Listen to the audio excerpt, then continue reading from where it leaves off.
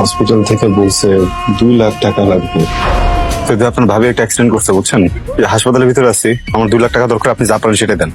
সকালে সম্ভব না ভাই। হ্যালো, টাকা ছাড়া তো আসলে আমাদের এখানে ডাক্তার অপারেশন করবে না। ভাই আমি ব্যবস্থা করতেছি। আমার তো বউ, আমার বাচ্চা, আমি তো পালাইতেছি না ভাই। যে জায়গায় রাখুম ওই জায়গায় থাকবা। টাকা পয়সার কোনো ব্যবস্থা করতে পারলি? না, হয়ে যাবে। আল্লাহ কি সুন্দর! এটা তো আমার পায়ে লাগবে না, তোমার পায়ে লাগবে না। এটা হবে না তোমার? হ্যাঁ দেখো তো। আমার হাতে কিছু টাকা ছিল বুঝছিস, খরচ হয়ে এই মাসের বাসা ভাড়া, বাচ্চাদের পড়াশোনা, দোকানের কেমনি কিভাবে কি যে চলবে। নাও, এটা রাখো তোমার কাছে। কি এটা? ওই যে আমরা পালানোর সময় গয়না কিছু আনছিলাম না, বাকিগুলো তো বিক্রি করছি। এই কানের দুল জোড়াটা আছে, কোনো বিশেষ প্রয়োজন হইলে এটা বিক্রি করতে হবে। টাকা পয়সার ব্যবস্থা হয়েছে কিছু? 2 লাখ?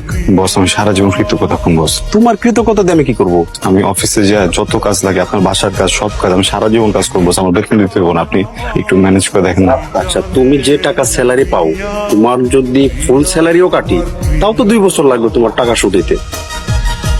গাড়িটা নতুন, 3 মাসের, 2,10,000 টাকা দিয়ে কিনছিলাম। এই জায়গায় বইয়ের 1 ভরি। ঠিক আছে, আসতেছি আমি।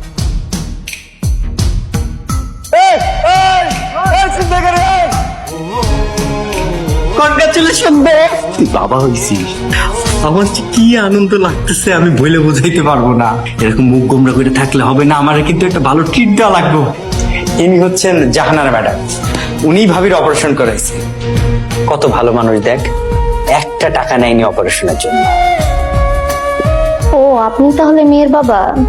আপনার স্ত্রী এবং মেয়ে দুজনেই সুস্থ আছে, কংগ্রাচুলেশনস। তো এখন কিন্তু দেখতে পারবেন না, একটু ধৈর্য ধরতে হবে। আমার কিছু হয় নাই। না ভাই, এটা হয় না। গোল দিমু আমরা, কাপটা লই আপনি বাড়ি যাবেন। বলটা বানাই দিছে কে? রেফারি কে? কোচ কে? সবকিছু করলাম আমি। যদি তোমায় না পাই